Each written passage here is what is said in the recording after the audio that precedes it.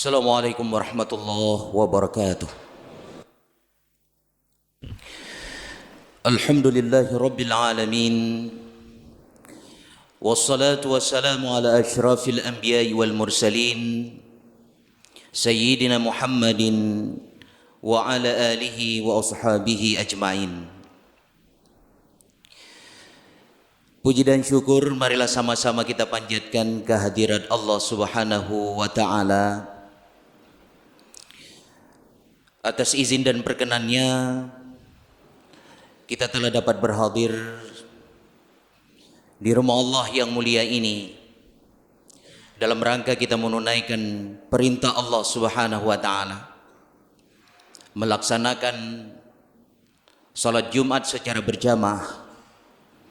Sabi-sabi kita berdoa kepada Allah Subhanahu wa taala agar seluruh rangkaian amal ibadah yang gede pubut di dalam kehidupan diterima oleh Allah Subhanahu wa taala.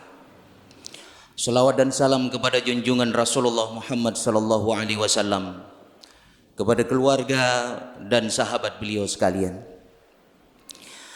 Hadirin yang mulia, sebelum kita tamong dalam rukun dua al-khutbah, izinkan khatib untuk beberapa waktu ke depan menyampaikan sedikit mau'idhatul hasanah dengan judul pembicaraan kita, doa malaikat pemikul arasy. Hadirin sidang jamaah Jumat rahimakumullah. Salah satu episode terpenting yang sering terabaikan ketika Rasulullah Muhammad sallallahu alaihi wasallam mi'raj ke Sidratul Muntaha.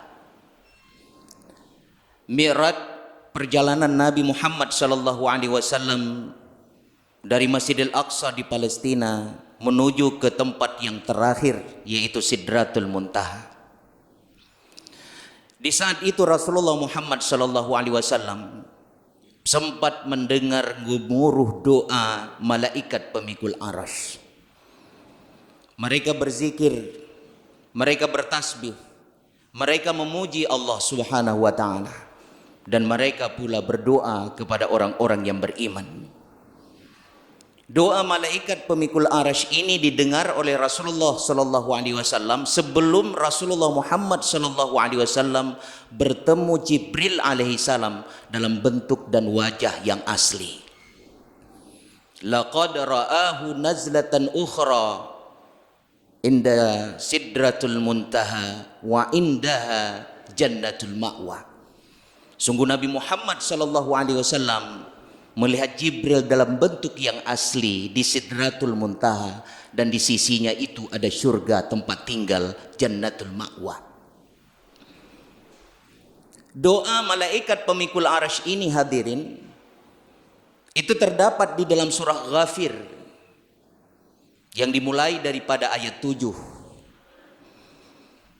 Allah Subhanahu wa taala berfirman, الذين يحملون العرش ومن حوله يسبحون بحمد ربهم ويؤمنون به ويستغفرون للذين آمنوا ربنا وسعت كل شيء رحمة وعلما فاغفر للذين تابوا واتبعوا سبيلك وقهم عذاب الجحيم ربنا وأدخلهم جنات عدن التي وعدتهم ومن صلح من آبائهم وأزواجهم وذرياتهم إنك أنت العزيز الحكيم. Mereka yang memikul arasy dan mereka yang berada di sekitarnya, mereka bertasbih, mereka memuji Tuhan mereka, dan mereka beriman dengannya. Mereka meminta ampun kepada orang-orang yang beriman. Wahai Tuhan kami, rahmat dan ilmu-Mu meliputi segala sesuatu. Ampunilah dosa-dosa orang yang bertobat, orang-orang yang kembali ke jalan-Mu, dan peliharalah mereka daripada siksaan api neraka. Wahai Tuhan kami, masukkan mereka ke dalam surga adnin, sebagaimana yang engkau telah janjikan bagi mereka bersama dengan orang-orang saleh di antara bapak-bapak mereka, pasangan-pasangan mereka dan seluruh keturunan mereka. Sesungguhnya engkau maha perkasa lagi maha bijaksana. Hadirin yang dirahmati Allah Subhanahu wa taala, doa malaikat pemikul arasy ini yang terdapat di dalam surah Ghafir ayat 7 dan 8, paling kurang ada dua hal yang paling penting untuk kita perhatikan. Yang pertama, ternyata di bumi ini sampai dengan saat detik ini masih ada orang-orang yang mendapat doa malaikat pemikul arasy. Dan yang kedua, mereka yang didoakan agar dimasukkan Allah Subhanahu wa taala ke dalam syurga bersama seluruh keluarga mereka. Pertanyaan kita kemudian, siapa gerangan yang beruntung itu? Allah Subhanahu wa taala telah menjelaskan di dalam ayat itu berupa kriteria dan sifat mereka. Yang pertama, orang yang mendapat doa malaikat pemikul arasy dan doa itu disampaikan hingga detik saat ini adalah orang-orang yang kembali ke jalan Allah, orang-orang yang bertobat kepadanya. Mereka itulah orang yang senantiasa mendapat doa malaikat pemikul arasy. Hadirin yang mulia, kita sebagai manusia diciptakan Allah Subhanahu wa taala dalam keadaan fitrah. Diciptakan oleh Allah Subhanahu wa taala penuh dengan kesucian tanpa dosa dan noda. Dan sekaligus Allah Subhanahu wa taala menciptakan kita dengan kelemahan-kelemahan.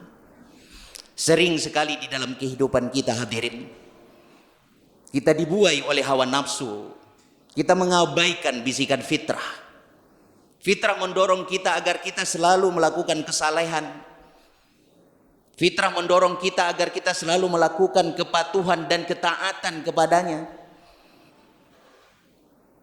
Dan fitrah itu pula yang sering menegur kita, apakah kita hanya memilih dunia dengan berbagai macam pesona yang ada, hingga kemudian kita melanggar hukum, melakukan kezaliman, penipuan, mengkhianati janji dan amanah, ataupun kita tetap istiqamah dengan ketaatan kita kepada Allah walaupun kita hidup dalam kenestapaan. Fitrah pula, hadirin, yang mendorong hati ini terus bergetar ketika firman Allah itu dibacakan. Fitrah ini pula yang membuat hati kita terenyuh ketika kita merasakan penderitaan orang lain. Namun karena kelemahan kita sebagai manusia, kita sering mengabaikan fitrah sekaligus mengabaikan bisikan fitrah itu, sehingga kemudian kita melakukan berbagai macam kekeliruan di dalam kehidupan.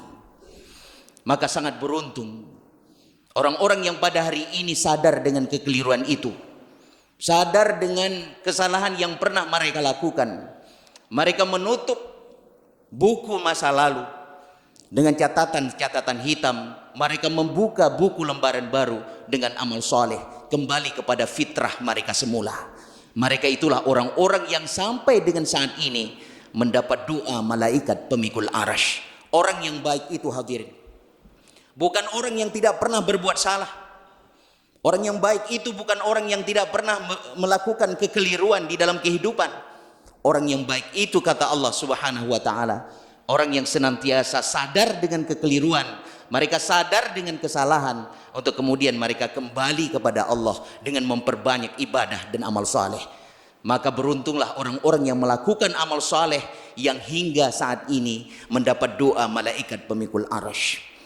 Hadirin yang dirahmati Allah Subhanahu wa taala, momentum saat ini adalah momentum di mana kita muslim kembali ke jalan Allah. Momentum kita hari ini sebagai muslim untuk kemudian kita bertobat kepada Allah. Musibah yang datang silih berganti, seakan di negeri ini datang bertubi-tubi, tidak pernah berhenti. Maka kondisi inilah yang membuat orang kadang-kadang bertanya di dalam hati dengan nada keputusasaan, kenapa Allah mentakdirkan itu? Apa maksudnya Allah memberikan musibah kepada kita? Dan pertanyaan itu wajar. Karena di negeri ini, kita sebagai penghuni negeri ini merasakan seolah-olah musibah ini datang silih berganti, tidak pernah berhenti. Maka pertanyaan ini akan sulit kita jawab kalau kita tidak bisa memahami makna daripada musibah, makna dari berbagai macam bala yang kita rasakan selama ini. Kalau kita bisa memahami makna daripada musibah itu sebagai ujian, maka akan ada kebaikan bagi kita. Fa inna ma'al usri yusra, inna ma'al usri yusra. Sesungguhnya setelah kesulitan itu ada kemudahan. Sungguh setelah kesulitan itu ada kemudahan. Ahli tafsir mengatakan sekali Allah berikan kesulitan, Allah akan memberikan kemudahan 2 kali. Itulah yang harus kita yakini.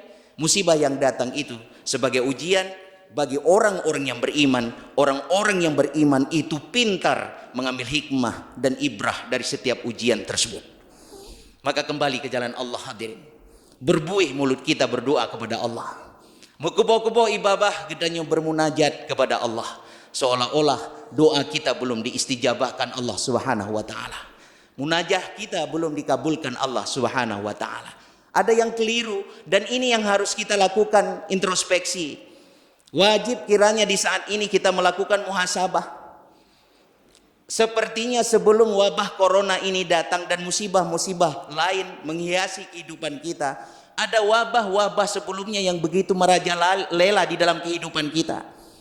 Wabah kezaliman misalnya, wabah ketidakadilan, wabah praktek riba di dalam perekonomian kita, wabah pedagang yang curang dalam takaran timbangan, wabah pembeli yang sering menyerobot transaksi milik pembeli yang lain. Itu sebuah kezaliman. Kita semua menginginkan munajat kita diterima Allah, doa kita dikabulkan Allah Subhanahu wa taala. Tinggalkan praktek kezaliman itu semua. Rasulullah sallallahu alaihi wasallam bersabda, tidak akan diturunkan bala itu kecuali mereka melakukan dosa, dan tidak diangkat akan bala itu hingga kemudian mereka bertobat kepada Allah Subhanahu wa taala. Hadirin yang berbahagia, pemerintah menyeru kepada kita. Pemerintah mengimbau kepada kita. Upaya-upaya pencegahan wabah ini wajib kita indahkan. Ada social distancing, ada physical distancing, dan lain-lain sebagainya. Itu upaya yang luar biasa yang dilakukan oleh manusia di kolong bumi ini. Tak terkecuali pemerintah kita di Indonesia, lebih khusus lagi di Aceh. Itu upaya kita manusia. Orang-orang yang memiliki akidah ahli sunnah wal jamaah wajib melakukan ikhtiar ini. Tetapi sebagai muslim kita tidak boleh lupa bahwa mitigasi bencana, bahwa pencegahan utama daripada bencana yang terjadi di dalam kehidupan kita satu-satunya adalah dengan beristighfar dan memohon ampun kepada Allah hingga kemudian kita bertobat kepadanya. Begitulah yang dilakukan oleh Nabi Hud alaihissalam ketika menyeru kaum Ad yang mereka melakukan berbagai macam kezaliman di dalam kehidupan mereka hingga kemudian Allah menghancurkan mereka dengan berbagai macam bencana. Wa yastaghfiru rabbakum thumma tubu ilaih wa yumatti'akum mata'an hasanan ila ajali musamma wa yu'ti kulladzi fadlin fadlah wa in tawallaw fa inni akhafu 'alaikum adzaban kabir. Dan hendaklah kalian memohon ampun kepada Allah, kemudian kalian bertobat kepadanya, hingga kemudian Allah akan menurunkan nikmat yang banyak kepada kalian sampai batas waktu yang telah ditentukan. Allah akan memberikan karunia yang baik bagi orang-orang yang melakukan kebaikan. Dan jika kalian berpaling, aku khawatir, kata Nabi Hud alaihissalam, Allah akan memberikan bencana di dunia dan azab yang pedih di akhirat nanti. Maka mitigasi bencana, dan ini keyakinan orang Islam yang beriman, adalah memohon ampun kepada Allah, kemudian kita bertobat kepadanya. Baru kemudian Allah Subhanahu wa taala insya Allah akan mengangkat wabah ini dan kemudian mengabulkan seluruh permintaan dari seluruh kaum muslimin. Hadirin yang dirahmati Allah Subhanahu wa taala. Kemudian yang kedua dan ini yang terakhir, kriteria orang-orang yang mendapat doa malaikat pemikul arsy, mereka yang menghiasi dirinya dengan amal soleh, kemudian diikuti dengan keluarganya dengan melakukan amal soleh pula.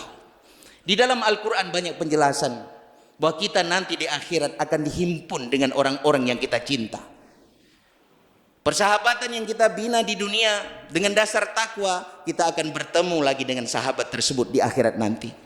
Walaupun ada orang yang bertanya, bukankah nanti di akhirat tidak ada lagi hubungan antara teman dengan sahabat, tidak ada lagi silaturahim antara rakyat dengan pemimpin, tidak ada lagi hubungan suami istri, anak dengan orang tua. Mana mungkin kita dihimpun dalam satu kelompok yang sama sementara derajat amal kita berbeda-beda. Hal itu berlaku bagi orang kafir, hadirin. Hal itu berlaku bagi orang-orang yang durhaka. Hal itu berlaku bagi orang-orang yang senantiasa bermaksiat di dunia. Bagi mereka yang bertakwa kepada Allah, himpunan itu bertakwa kepada Allah, keluarga itu bertakwa kepada Allah, organisasi itu bertakwa kepada Allah. Di akhirat nanti kita akan dihimpun di satu tempat yang sama.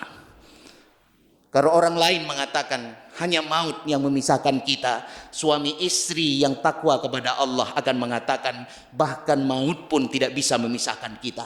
Kenapa? Udkhul jannah antum wa azwajukum tuhbarun. Masuklah kamu ke dalam surga bersama pasangan-pasangan kamu untuk digembirakan. Kita sedih ketika orang yang kita cinta meninggal di dunia, tapi kita yakin dengan ketakwaan kita, ketakwaan keluarga kita, himpunan kita, organisasi kita, kita nanti akan bertemu di akhirat nanti insya Allah. Hadirin yang berbahagia, orang yang senantiasa beramal saleh di dalam kehidupannya, diikuti dengan sahabat, masyarakat, organisasi dan seluruh keluarganya, untuk kemudian mereka juga melakukan amal saleh. Insya Allah, Allah subhanahu wa ta'ala akan menghimpun kita di tempat yang satu yang luar biasa, dalam surga yang penuh nikmat di dalamnya. Sampai dengan saat ini, malaikat pemikul arasy dan mereka yang berada di sekitarnya terus menerus berdoa kepada mereka. Hadirin yang dirahmati Allah subhanahu wa ta'ala, mari sama-sama kita bermunajah kepada Allah subhanahu wa ta'ala. Terus menerus kita berdoa kepada Allah, apalagi ini bulan Sya'ban. Kita berdoa kepada Allah subhanahu wa ta'ala. Allah subhanahu wa ta'ala memberikan keberkahan kita di bulan Sya'ban ini. Dan kita juga berdoa kepada Allah subhanahu wa ta'ala agar Allah menghantarkan kita kepada bulan Syahrul Mubarak, bulan yang penuh keberkahan, yaitu bulan Ramadan insya Allah. Kita berdoa kepada Allah subhanahu wa ta'ala agar bencana, musibah dan apapun namanya itu yang hari ini begitu menghantui kita, diangkat oleh Allah subhanahu wa ta'ala, sehingga kita akan mendapatkan kehidupan yang lebih baik insya Allah. Rabbana zalamna anfusana wa ilam taghfir lana wa tarhamna lanakuna minal khasirin. La ilaha illa anta subhanak inni kuntu minadh dhalimin. Demikianlah yang dapat Tuan sampaikan. Mudah-mudahan mau'izah hasanahnya bermanfaat, terutama kepada diri khatib, juga kepada seluruh hadirin yang hadir. Kita utamong dalam rukun 2 al-khutbah. Alhamdulillahilladzi hadana lihadza wa ma kunna linahtadiya laula an hadana Allah. Ashhadu an la ilaha illallah wahdahu la syarika lah. وأشهد أن محمدا عبده ورسوله لا نبي بعده. اللهم صل على سيدنا محمد وعلى آله وصحبه ومن تبعه. أما بعد فيا عباد الله أوصيكم وإياي بتقوى الله فقد فاز المتقون. قال الله تعالى في القرآن الكريم: أعوذ بالله من الشيطان الرجيم. بسم الله الرحمن الرحيم. إن للمتقين مفازا حدائق وأعنابا وكواعب أترابا وكاسا دهاقا لا يسمعون فيها لغوا ولا كذابا جزاء من ربك عطاء حسابا. بارك الله لي ولكم في القرآن العظيم ونفعني وإياكم بما فيه من الآيات والذكر الحكيم وتقبل مني ومنكم تلاوته إنه هو الغفور الرحيم.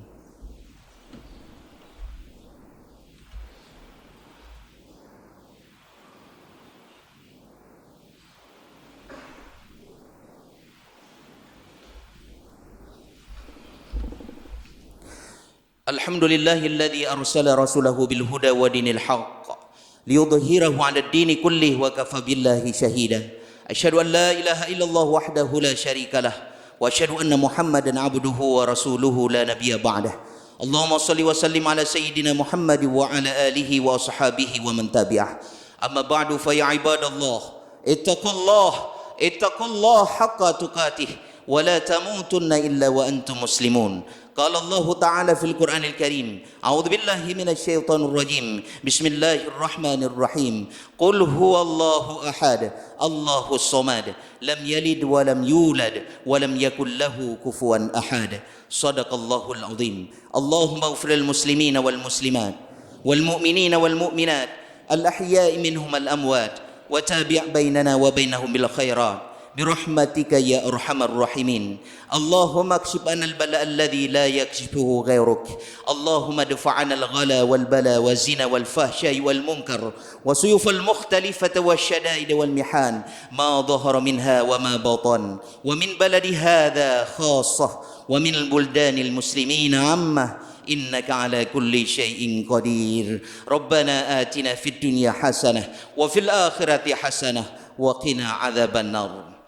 Ibadallah, innallaha ya'muru bil 'adli wal ihsan wa ita'i dzil qurba wa yanha 'anil fahsya'i wal munkari wal baghi ya'idukum la'allakum tadhakkarun wa dzkurullaha al-'azima yazkurkum fas'aluhu min fadlihi yu'tikum wa la dzikrullahi akbar wallahu ya'lamu ma tasna'un. Aqimus shalah.